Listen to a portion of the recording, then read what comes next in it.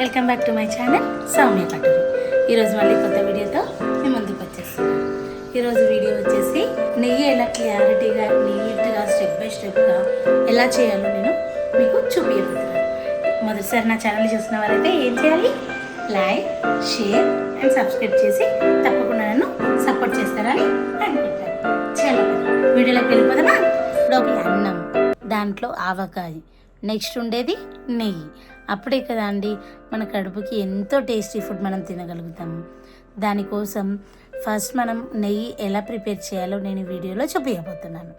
అయితే నెయ్యి మంచిగా నీట్గా ఉండాలి, టేస్టీగా ఉండాలి అంటే దానికి మనం ప్యూర్ పాలు కావాలి. మంచి పాలని మనం తెచ్చుకొని కాచి చల్లార్చిన తర్వాత దాన్ని ఫ్రిడ్జ్లో పెట్టుకుంటే కొంచెం వెన్న అనేది మీద వస్తుంది, ఒక పొరలాగా. ఆ వెన్నని కొంచెం కొంచెంగా మనం తీసి ఫ్రిడ్జ్లో పెట్టుకోవాలి.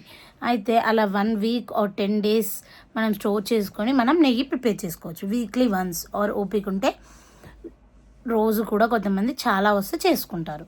అయితే మనం దానికోసం ఫస్ట్ నెయ్యిని చేయడానికి ఆ మీగడ వెరీ వెరీ ఇంపార్టెంట్. అండ్ మీగడ నుండి వెన్న కూడా తీయడం కూడా ఇంపార్టెంట్. ఆ వెన్న రావాలంటే మనం ఆ మీగడని ఒకరోజు మంచిగా తోడు వేస్తే పెరుగు అయిపోతుంది. పెరుగు అయిన దాన్ని మనం ఫ్రిడ్జ్లో పెట్టేసి మంచిగా చల్లగా చేసి ఒక గ్లాస్లో వాటర్ వేసుకొని ఆ వాటర్ని కూడా మనం ఫ్రిడ్జ్లో పెట్టాలి. తర్వాత నెక్స్ట్ డే ఆ నీళ్ళని ఆ మీగడని మనం చిలకడం కానీ లేకపోతే ఒక మిక్సీ జార్లో వేసి తిప్పితే అది మంచి ప్యూర్ వెన్న తయారవుతుంది. అయితే ఆ వెన్నని మనం కాచితే అది నెయ్యి అవుతుంది. అది ఎలా చేయాలో నేను ఈ వీడియోలో చూపించబోతున్నాను, చూసేసేయండి. మరి ఈ వీడియోని కనుక మొత్తం స్కిప్ చేయకుండా చూస్తే తప్పకుండా మీరు వెన్నని ఆ నెయ్యిని క్లియర్గా మంచిగా టేస్టీగా చేసుకోగలుగుతారు. ఓకేనా అండి?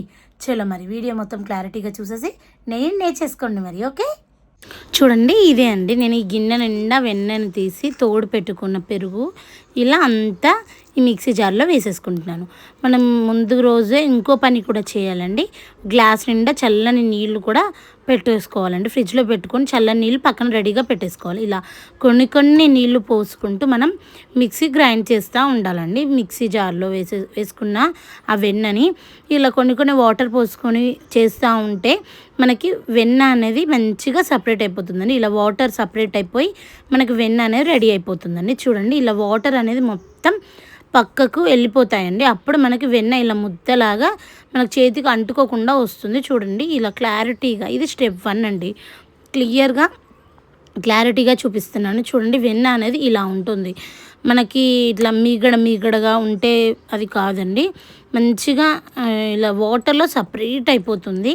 అప్పుడే మనకి వెన్న అనేది వస్తుంది. చాలా ఉంటే కొంచెం కొంచెం సపరేట్గా చేసుకోవాలండి. కొంతమంది చేయితో కూడా చేస్తారండి. ఇది చాలా పెద్ద ప్రాసెస్ కాబట్టి ఇలా మిక్సీలో మనం గ్రైండ్ చేసుకుంటే బెస్ట్ అండి. అలా వెన్న సపరేట్ అయిన తర్వాత మొత్తం నీట్గా కడుక్కోవాలండి ఆ వెన్నని, లేకపోతే స్మెల్ వస్తుంది. వాటర్ అనేది వైట్ కలర్లో రావాలండి. పాలలాగా ఉండే వాటర్ నార్మల్ మనం తాగే వాటర్ లాగా ఉండాలి. ఇలా కొంచెం కొంచెం వెన్నని తీసి పక్కకు పెట్టుకుంటే మొత్తం కలుపుకుంటూ నీట్గా వాష్ చేసుకోవాలండి. లేకపోతే చాలా బ్యాడ్ స్మెల్ అనేది వస్తుంది. పెరుగు తోడేసిన తర్వాత ఒక రకమైన స్మెల్, పులిసిన వాసనలాగా వస్తుంది. కాబట్టి మనకి వెన్న అనేది మంచి స్మెల్తో రావాలంటే ఇది కూడా ఒక మంచి టిప్ అండి. మంచిగా వాష్ చేసుకోవాలి. తొందరగా ఫాస్ట్గా అయిపోవాలని అనుకోవద్దు. కొంచెం టైం ప్రాసెస్, కానీ చాలా టేస్టీగా ఉంటుంది. దాని తర్వాత అలా బాగా ఒక 10 నుండి 15 సార్లు మంచి తాగే వాటర్తో మంచిగా కడుక్కున్న తర్వాత వాటర్ అనేది నీట్గా వైట్గా వచ్చిన తర్వాత అదంతా మొత్తం మనం నార్మల్గా ఒక గిన్నె వేడి చేసుకొని దాంట్లో వేసేసుకోవాలండి. నాకు ఒక వారం రోజులకి ఇంత వెన్న వచ్చిందండి. దాని తర్వాత ఒక 20 minutes to half an hour సిమ్లో స్టవ్ పెట్టేసి ఫస్ట్ కొంచెం వేడయ్యే వరకు కొంచెం పెద్దగా పెట్టి దాని తర్వాత సిమ్ నుండి మీడియం వరకు ఇలా పొంగు వచ్చేటప్పుడు సిమ్లో చేసేసి వదిలేయాలండి. అంతే, కలపాల్సిన అవసరం కూడా లేదండి. మంచిగా ఒక హాఫ్ అన్ అవర్లో మనకి మంచిగా వేడిగా నెయ్యి కమ్మటి స్మెల్ అనేది వస్తుందండి. ఎప్పుడైనా ఒకసారి అలా నురుగలు వచ్చి పొంగకుండా ఉండడానికి ఒక 4 సార్లు కలిపితే చాలండి. 24 అక్కడ పక్కన స్టవ్ మీద అది వెన్న మసులుతుంటే ఇంకో స్టవ్ మీద మనం అన్ని వేరే వంటలన్నీ అయిపోయేలోపు మనకి నెయ్యి రెడీ అయిపోయి కూర్చుంటుందండి. చూడండి ఇలా మాడిపోకుండా కింద అంటుకోకుండా ఉండాలంటే అప్పుడప్పుడు ఒక 5-6 సార్లు 4 నుండి 5 సార్లు ఒక 20 మినిట్స్ 25 మినిట్స్లో 4 నుండి 5 సార్లు అంటుకోకుండా కలిపితే చాలండి, సరిపోతుంది. మనం ఏం కష్టపడాల్సిన అవసరం లేదండి. చాలా చాలా ఈజీగా టేస్టీగా ఇంట్లో ఫ్రెష్గా మిగిలిపోయిన ఇలా వెన్నతోని మన మీగడతోని మంచిగా మనం ఇలా వెన్న చేసేసుకోవచ్చు. ఆ మీగడ మనం కొంతమంది పడేస్తుంటారు, కొంతమంది తింటుంటారు. దాంతో తోడేస్తే ఇంత మంచి నెయ్యి తయారైతే ఎన్నో హెల్తీ బెనిఫిట్స్ ఉంటాయండి. మనం రోజు ఒక స్పూన్ వేడివేడి అన్నంలో ఏదైనా ఒక పచ్చడి లేకపోతే పొడితో ఇలా నెయ్యి వేసేసుకొని తింటే ఎంత హెల్తీ చెప్పండి. బయట నుండి కొనుక్కొచ్చుకునే బదులు ఇలా మనం ఇంట్లో చేసుకుంటే ఎంత బాగుంటుందండి. చాలా చాలా కమ్మటి వాసన అనేది ఇల్లంతా వస్తుందండి.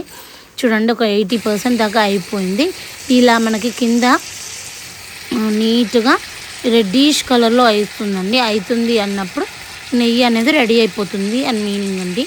ఇంకొక 5 మినిట్స్లో నెయ్యి అయిపోతుందండి. ఇలా వచ్చిన తర్వాత సిమ్లో పెట్టి వదిలేసానండి. నేను అసలు కలపలేదు. మొత్తం మీద ఒక 4 టైమ్స్ కలిపాను అంతే. చూడండి ఎంత బాగుందో నెయ్యి. ఇది మనం గ్లాస్ జార్లో పెట్టేసుకుంటే అయిపోతుందండి. Thank you for watching. Please subscribe.